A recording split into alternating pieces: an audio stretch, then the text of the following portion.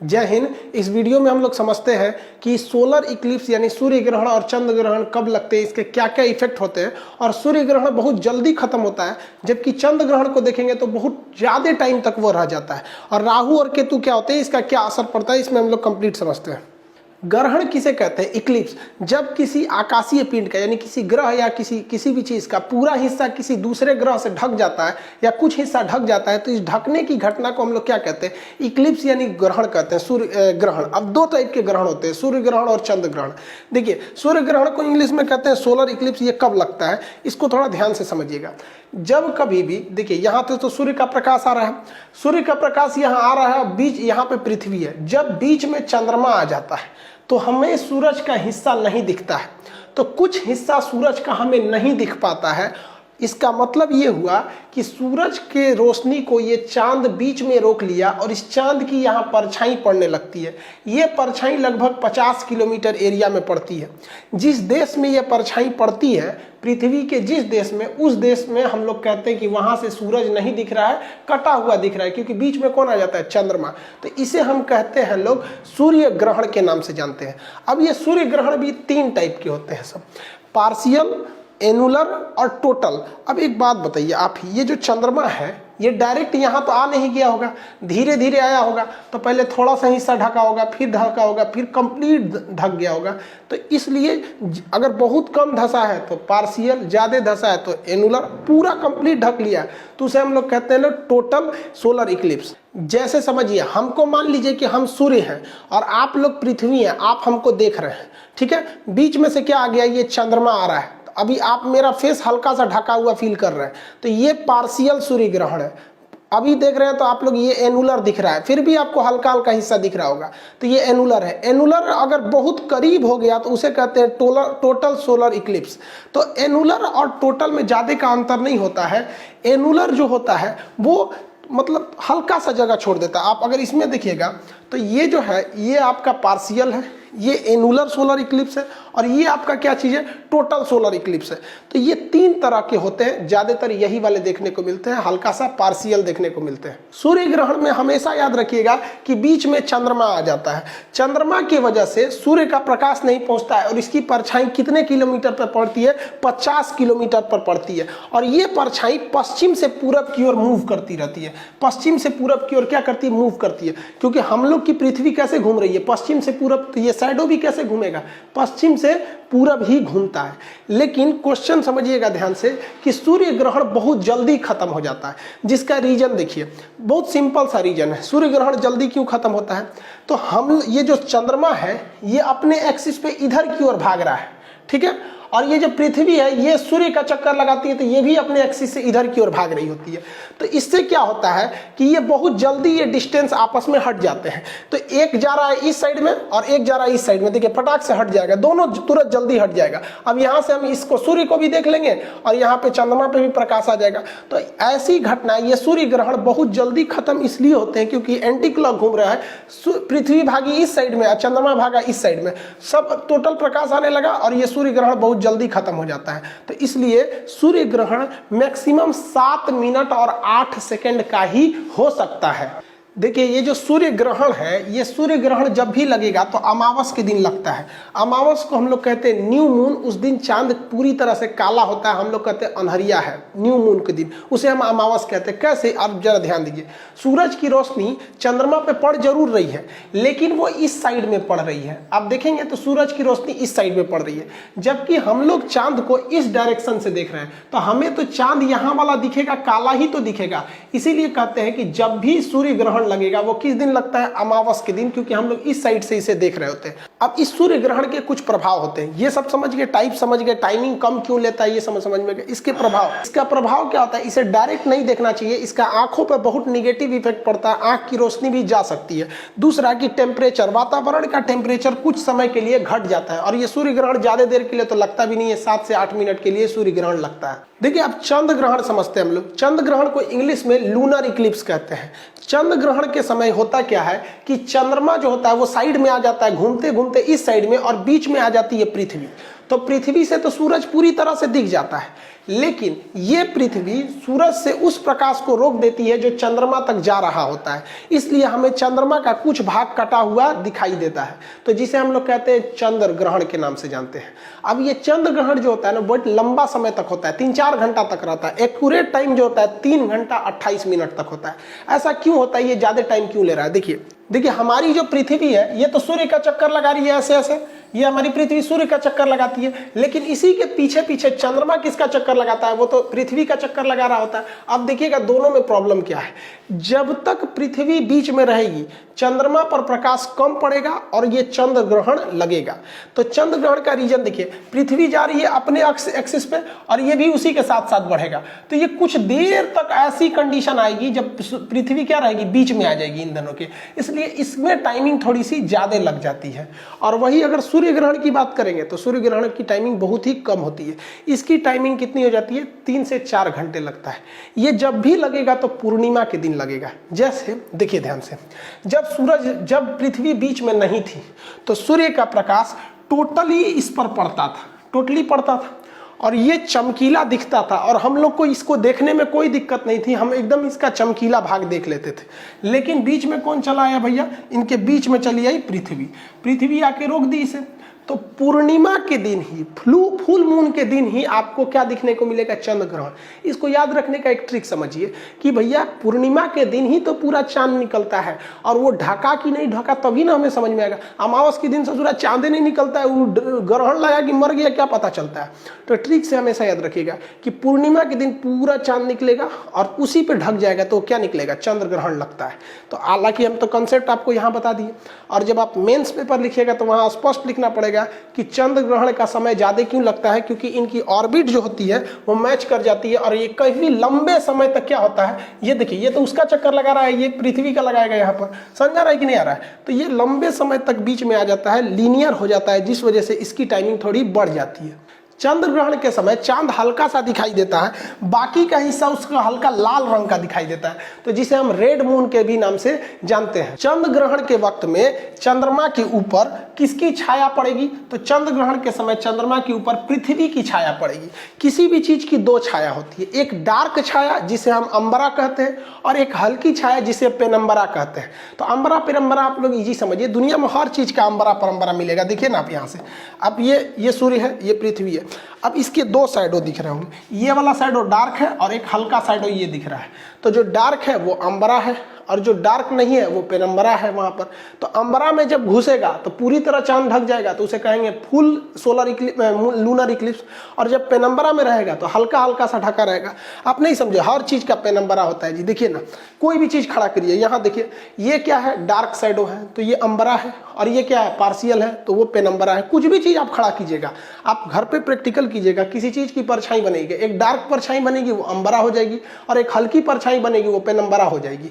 किसी भी चीज को लेके आप अपना खुद का परछाई देखिएगा ना, कहीं एक जगह लाइट जलाएगा, लाइट एक ही रहना चाहिए, क्योंकि हमारे सोलर सिस्टम में एक ही सूर्य है जो हमारे करीब में है। इन्हें की 4 गो लाइट जला दे बस 5 गो रोशनी बनने लगेगा, आप कहेंगे अंबरा पेनम्बरा ये सब कौन सी बन गया। इसी कंडीशन में एक चीज बनता है जिसे हम लोग कहते हैं कंजंक्शन और ऑपोजिशन। कंजंक्शन मतलब क्या होता है, जोड़ देना किसी चीज को। तो जब कभी भी सूरज, पृथ्वी और ये इन दोनों के एक ही साइड में, तीनों एक ही साइड में अगर आ जाते हैं तो ये इस कंडीशन को हम लोग कहते हैं युति। इसे क्या कहते हैं, युति। तो ये 180 डिग्री हो जाते हैं सब। लेकिन जब चंद्रमा दूर चला जाता है, सूरज से क्या हो जाता है, दूर चला जाता है, तो उनमें वियोग हो जाता है, दूर हो जाते हैं, अपोजिट डायरेक्शन में हो जाता है, तो उसे कहते हैं अपोजिशन यानी वियुति। तो कंसेप्ट देखिएगा, एक कंफ्यूजन नहीं हो जाएगा, चाहे वो इस साइड हो चाहे चंद्रमा सूरज की साइड हो जाए तो क्या है, युति है, यानी डायरेक्शन थोड़ा सा करीब आ गया, युति है, तब भी 180 डिग्री का एंगल बनेगा, तीनों एक सीध में है। और अगर चंद्रमा दूर चला जाए यानी अपोजिट चला जाए तो वो अपोजिशन हो जाएगा, उस कंडीशन में भी 180 डिग्री का ही एंगल बनता है, इसमें 180 डिग्री का होता है। तो युति और वियुति इन दोनों कंडीशन में चंद्रमा, पृथ्वी और सूर्य तीनों एक डायरेक्शन में हो जाते हैं और 180 डिग्री का एंगल बनता है। लेकिन युति में चंद्रमा सूर्य की ओर होता है और वियुति में सूर्य से दूसरी ओर होता है। देखिए हमारे पृथ्वी पर 71% पानी है, इन पानी को चंद्रमा और पृथ्वी सूर्य अपने गुरुत्वाकर्षण से खींचते हैं, जिस वजह से समुद्र में लहरें उत्पन्न होती हैं। समुद्र में क्या होती है? लहर उत्पन्न होती है, जिन्हें हम लोग ज्वार भाटा कहते हैं, इंग्लिश में टाइड एंड ईव कहते हैं। तो पृथ्वी खींच रही है, चंद्रमा और पृथ्वी मिलकर क्या कर रहे हैं? खींच रहे हैं सब हमारे पृथ्वी के पानी को। तो इस खिंचाव को ही हम कहते हैं ज्वार भाटा। समुद्र में इन ज्वार भाटा के उत्पन्न करने में सूर्य और पृथ्वी, इन सूर्य और चंद्रमा, इनके खिंचाव बल यानी गुरुत्वाकर्षण बहुत महत्वपूर्ण भूमिका निभाता है। अब हम आपसे क्वेश्चन पूछते हैं, आप बताइए कि कंजंक्शन में तगड़ा खींचेगा या ऑपोजिशन में तगड़ा खींचेगा? बहुत तेज किस में खींचेगा? बहुत भयानक पावर से किस में खींचेगा? आप वीडियो रोक के कमेंट कर सकते हैं। देखिए आप समझिए, यहां पर जिस डायरेक्शन में, इधर से देखिए, अगर जिस डायरेक्शन में चंद्रमा खींचने की कोशिश कर रहा है, उसी डायरेक्शन में सूरज भी खींचने की कोशिश कर रहा है पृथ्वी के पानी को, समुद्र के पानी को। अब लोटा में से नहीं ना खींच पाएगा, लोटा में पानी कितना रहता है? कहेंगे सर लोटा में ज्वार भाटा नहीं आता। लोटा में कहाँ से आएगा? एरिया ज्यादा रहना चाहिए ना, समुद्र का पूरा खुला एरिया है, खींच लेता है, तो पानी में ज्वार भाटा आ जाते हैं सब। तो जब कभी भी कंजंक्शन यानी युति की स्थिति होती है तो समुद्र में भयानक लहरें उत्पन्न होती हैं, बहुत जबरदस्त लहर उत्पन्न होती है। समझ में आ गया कि नहीं आ गया? लेकिन वियुति के समय क्या होती है कि चंद्रमा इधर से खींच रहा होता है और सूर्य इधर से खींच रहा होता है, तो इसमें भी लहर उठती है, लेकिन बहुत भयानक टाइप से नहीं उठ पाती है। तो सबसे हाई जो होता है उसे हम लोग कहते हैं स्प्रिंग टाइड। बहुत ज़्यादा उठेगा तो उसे क्या कहते हैं? Spring tide. और ये भी देखिए, इसमें भी ज़्यादा ही उठाता है तो कहेगा कि जब ज्वार भाटा बहुत बड़े आते हैं, स्प्रिंग टाइड सबसे ज़्यादा ज्वार भाटा कब आएगा? तो कंजंक्शन के टाइम पे, उससे थोड़ा सा नीचे रहेगा ऑपोजिशन के टाइम पे ये रहता है, और इसकी आकृति बहुत बड़ी हो जाती है यहाँ पर। लेकिन एक और कंडीशन आता है, क्योंकि चंद्रमा तो घूम रहा है, आप देखेंगे तो चंद्रमा क्या है, यहाँ से ऐसे ऐसे क्या कर रहा है? घूम रहा है, तो हमेशा एक कंडीशन पे तो रहेगा नहीं चंद्रमा यहाँ पर। ऐसा भी तो हो सकता है हम चंद्रमा को इन दोनों छोर पे रखे थे, अब ऊपर नीचे रख के देख लेते हैं तो ये 90 डिग्री का एंगल बन जाता है। तो 90 डिग्री का जब एंगल बनता है तो इसमें जो इधर पानी खींच रहा है सूर्य और इधर की ओर खींच रहा है चंद्रमा, तो इसमें ना पानी की लहरें बहुत ज़्यादा नहीं उठ पाती हैं। और इसमें भी सेम कंडीशन, ये इधर खींच रहा है, ये इधर खींच रहा है, तो दोनों कंडीशन में तो एंगल 90 डिग्री का ही तो बन रहा है। तो जब 90 डिग्री का एंगल बनता है तो ऐसे ज्वार भाटा को हम लघु यानी छोटा वाला ज्वार भाटा कहते हैं, यानी नीप टाइड कहते हैं। इसमें ज्वार भाटा की ऊंचाई बहुत ही कम होती है, थोड़ा सा छोटा होता है, इस टाइप में होता है ज्वार भाटा यहाँ पर। तो इसमें खींचने में दो चीज़ों की बहुत महत्वपूर्ण भूमिका है। कौन कौन सा चीज़ का? एक सूर्य के गुरुत्वाकर्षण, चंद्रमा का गुरुत्वाकर्षण। लेकिन सूर्य का गुरुत्वाकर्षण पावरफुल है लेकिन दूर है, इसलिए उससे ज़्यादा इफेक्ट डाल देता है चंद्रमा का गुरुत्वाकर्षण, क्योंकि वो कम पावर का होने के बावजूद वो क्या है? ज़्यादा करीब है। और इसमें एक और चीज़ काम करता है, पृथ्वी का घूर्णन गति। पृथ्वी ऐसे घूम रही है तो समुद्र का पानी हल्का सा अपने छलकता है और वो दोनों खींच लेते हैं। तो यूपीएससी 2014 का क्वेश्चन था कि इसमें ज्वार भाटा उत्पन्न करने में किसका योगदान? तो तीनों का। ऑप्शन डी था, क्योंकि 1, 2, 3 सब सही थे ऑप्शन डी पे। समझ आ रहा है कि नहीं? अब ये इस लहरों को उत्पन्न करने में ये मुख्य भूमिका पृथ्वी का घूर्णन गति, चंद्रमा का गुरुत्वाकर्षण, सूर्य का गुरुत्वाकर्षण इसमें होता है। जबकि आप देखेंगे हीरोइन गाना गाती है, सागर में उठने वाली हर लहर को सलाम, ये तो तोरा खाती उठ रहा है काई, तो चंद्रमा पृथ्वी या ये सब के गुरुत्वाकर्षण से उठ रहा है, इनको अपने सुझल रहता है। अब आप कंफ्यूज नहीं होइएगा। देखिए, जब कभी भी 180 डिग्री का एंगल बनेगा, चाहे वो युति के कंडीशन यानी कंजंक्शन में बने, चाहे वो वियुति यानी ऑपोजिशन में बने, इसमें जो टाइड आएगा वो बहुत लंबा आता है, खींच कर आता है। 180 डिग्री का एंगल होता है, इसे स्प्रिंग टाइड कहते हैं।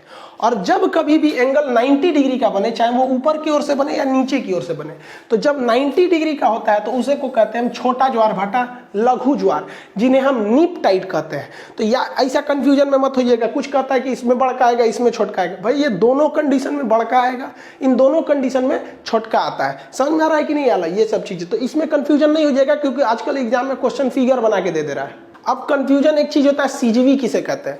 सीजीवी ऐसी चीज होती है जिस वैसा कंडीशन जब तीन कोई चीज आगे पीछे खड़ी हो लेकिन ऊपर से दिखने में वो एक सीध में दिखे तो उसे सीजीवी कहते हैं। सीजीवी और लीनियर होने में बहुत का अंतर होता है। देखिए ये अभी आपको एक डायरेक्शन में नहीं दिख रहे हैं, लेकिन अगर ऊंचाई से देखिएगा हेलीकॉप्टर से तो ये तीनों एक साथ दिखाई देंगे। यहाँ एक तो अगर आप हेलीकॉप्टर से देखेंगे तो एक गोला यहाँ दिखेगा, एक यहाँ दिखेगा और एक यहाँ ऐसे दिखाई देगा। तो इस कंडीशन को हम लोग ज्योग्राफिकल नेम कहते हैं सिजगी। सिजवी यहाँ पे भी है, ऐसे भी सिजवी है, ये भी सिजगी है, ये भी सिजगी है, यहाँ पे आने के बाद भी सिजगी है। अब आप कहेंगे कि सर ग्रहण लग जाएगा, क्योंकि पृथ्वी से अब चंद्रमा नहीं दिखेगा। देखिए सिजवी के कंडीशन में ग्रहण नहीं लगता है। सिजगी उसे कहते हैं जब एंगल पृथ्वी और चंद्रमा के बीच में जो एंगल है वो 5 डिग्री का होता है, मतलब ये ऊपर नीचे है।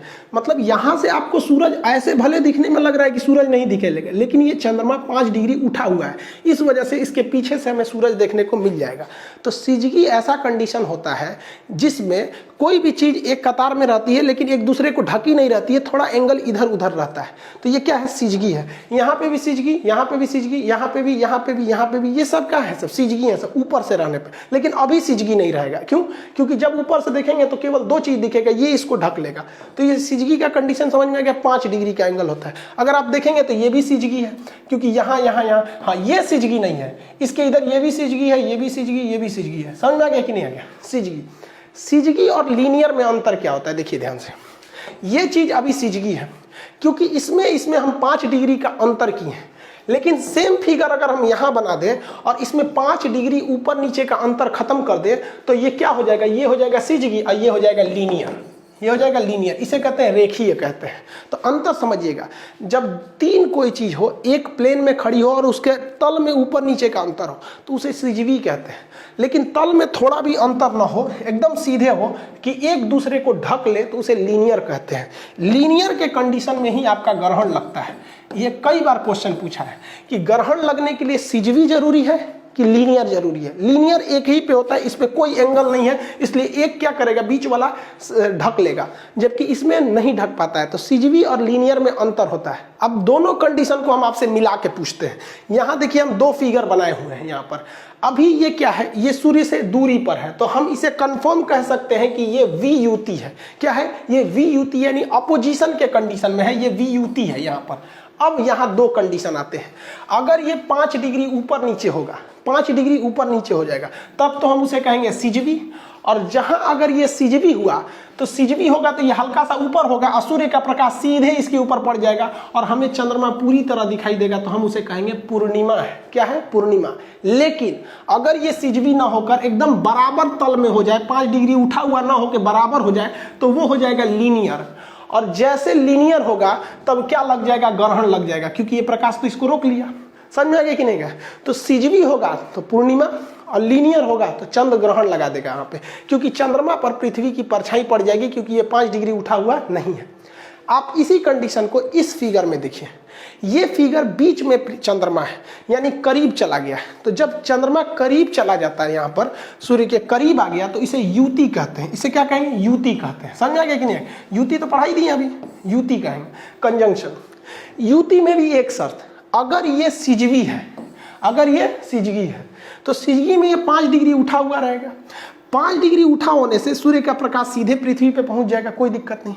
लेकिन चंद्रमा पर केवल इस वाले डायरेक्शन में पड़ेगा और हम लोग को इस डायरेक्शन से देखने पर क्या होगा कि ये वाला चीज काला दिखेगा। तो हम ये कह सकते हैं कि अगर युति आया है, युति मतलब कंजंक्शन है, और अगर वो सिजवी है तब वो हमें क्या दिखेगा, अमावस दिखेगा। क्या दिखेगा, अमावस। लेकिन अगर सिजवी ना होकर क्या दिख जाएगा भैया, लीनियर हो जाएगा, यानी इन तीनों का तल बराबर हो जाएगा, तो सूर्य के टोटली प्रकाश को ये चंद्रमा रोक लेगा और हमें यहाँ से देखने पर ये चंद्रमा की परछाई पृथ्वी पर पड़ेगी और हमें सूर्य पूरा नहीं दिखाई देगा। जब सूर्य पूरा नहीं दिखाई देगा तो उसे कहते हैं सूर्य ग्रहण। क्या कहेंगे, सूर्य ग्रहण के नाम से जानते हैं। समझ में आ गया आप लोग को इस फिगर के हिसाब से?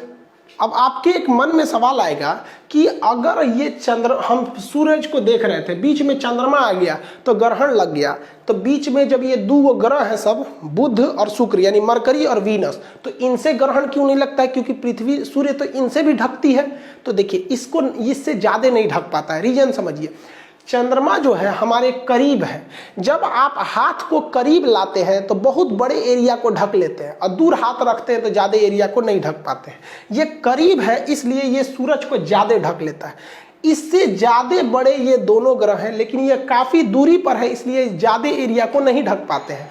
जैसे इसको मान लीजिए कि ये कोई ग्रह है, अभी आप बताइए तो ये कितना ढक पा रहा है? इस बोर्ड को थोड़ा सा ढक पा रहा है, बहुत थोड़ा ढक पा रहा है। तो वैसे ही काम करते हैं सब ये बुध ग्रह, इतना दूरी पे है कि बहुत कम ढकता है। लेकिन अगर हम इसी को आपके करीब लाएंगे तो देखिए ना, बहुत ज़्यादा एरिया ढकते जाएगा। करीब ला देंगे तो पूरा ढक लेगा। पूरा ढक लिया कि नहीं ढक लिया? तो यही वजह है कि चंद्रमा छोटा होने के बावजूद ज़्यादा सूरज को ढक लेता है और ग्रहण लगा देता है, क्योंकि ये करीब है। और ये बड़े होने के बावजूद होते हैं, ये पूरी तरह से नहीं ढक पाते हैं क्योंकि ये दूरी पर है। तो इस घटना को हम ग्रहण नहीं कहते हैं, बल्कि इससे सूर्य ढकता नहीं है, बल्कि हल्का हल्का धब्बा धब्बा दिखता है, दो ठो गोल। तो इस घटना को हम परागमन या ट्रांजिट कहते हैं। परागमन कहेंगे या फिर ट्रांजिट कहेंगे। तो ग्रहण ये अलग चीज हो जाता है। अगर आप माइथोलॉजी यानी धार्मिक ग्रंथ के हिसाब से देखेंगे तो क्या था भाई, ग्रहण क्यों लगते हैं? तो इससे दुश्मनी थी किसकी? देखिए ध्यान से, एक अमृत का एक घड़ा मिला था कि जो पी लेगा वो कभी मरेगा ही नहीं। तो राक्षस और देवताओं में दुश्मनी चलता था। राक्षस देवता अच्छे थे, राक्षस खचरा थे सब। लेकिन दिक्कत था कि राक्षस सब बलशाली भी ज्यादा था सब। तो देवताओं ने एक प्लान बनाया, विष्णु भगवान ने प्लान बनाया था कि ये अमृत जो है ना, हम देवताओं को पिला देते हैं। तो देवताओं को एक अलग लाइन में रख कर ये अमृत पिलाया जा रहा था। तो इसी में ससुरा एगो राक्षसवा बहुत खचरा था, वो घुस के इसी में लाइन लगा के बैठ गया। इसमें जब घुस गया ना, तो लाइन से पिलाते पिलाते इहो पी लिया। ससुरा कहीं का राक्षसो अमृत पी लिया। अब तो कुछ भी करिए मरेंगे नहीं यहाँ पर। अब क्या करेंगे? तब तक पीछे से देख रहे थे सब इनको, सूर्य देख रहा था और कौन देख रहा था? चंद्रमा देख रहा था। ये दोनों देख रहे थे सब और इशारा कर दिए से, दूर लोल कहीं का एकरा पिया दे लो, अभी मरबे नहीं करेगा, अब क्या होगा? तो ये ससुरा जो था इन दोनों पर पिनिक गया कि तेरा ढेर नौटंकी सूझल है। तब तो विष्णु भगवान अपना चक्र चला दिए, जिनको सुदर्शन चक्र, और ये जो ग्रह था, ये जो राक्षस था, इसका सर कट गया। इसका सर क्या हो गया? कट गया। लेकिन ये मरा नहीं, क्योंकि अमृत पी चुका था, मरा नहीं। लेकिन सर कटने की वजह से शक्ति खो दिया, और ऊपर का कहलाता है राहु और नीचे का कहलाता है केतु। ऐसी पौराणिक कथाओं में ऐसी चर्चा है। यहाँ पर हमारा काम ज्योग्राफी पढ़ाना था, वो पढ़ा दिए। इसको मानिए चाहे मत मानिए, वो आपका काम है यहाँ पर। तो राहु और केतु, तो कहा जाता है कि जब चंद्रमा जो होता है, तो ये राहु और केतु का सर किसके वजह से कटा था? तो चंद्रमा के वजह से और सूरज के वजह से, क्योंकि यही इशारा कर दिए थे सब। इसलिए राहु और केतु इन दोनों को कहते हैं कि तो हम देख लेंगे, औकात दिखा देंगे। तो इन्हीं की औकात दिखाने को हम कहते हैं सूर्य ग्रहण और चंद्र ग्रहण। इन्हीं दो से दुश्मनी है, इसीलिए इन्हीं दो पर ग्रहण लगता है और किसी पर ग्रहण नहीं लगता है सर, पौराणिक कथाओं के अनुसार। यहाँ पर ग्रहण कब लगता है? जब ये पृथ्वी का रास्ता काटता है तो यहाँ पे राहु हो जाता है, फिर जब दोबारा काटता है तो केतु हो जाता है। तो राहु और केतु कहते हैं लोग, इस कंडीशन में मान लीजिए यहाँ पर चंद्रमा है राहु पे या केतु, तो कोनो का जन्म हुआ तो खचरा निकल जाता है, ऐसा मान्यता है। तो आई होप आप इसको समझ रहे होंगे। पीडीएफ आपका इसका एप्लीकेशन पे दिया हुआ है, आप लोग एप्लीकेशन पे पढ़ ही रहे होंगे। इसका एप्लीकेशन का लिंक डिस्क्रिप्शन में दिया हुआ है। अभी उसमें ज्योग्राफी का एडमिशन चलेगा आपका दीपावली तक, उससे पहले तक ले लेंगे आप लोग, वरना फिर कोर्स आगे निकल जाएगा। आई होप आप इसे समझे होंगे। आगे के क्लास में बिग बैंग थ्योरी समझा देंगे, आकाशगंगा, मंदाकिनी, तारामंडल, नक्षत्र, अंतरिक्ष, सौर मंडल, ये सब क्या चीज़ होते हैं सर, इसको हम लोग नेक्स्ट क्लास में कभी चर्चा करेंगे। जय हिंद।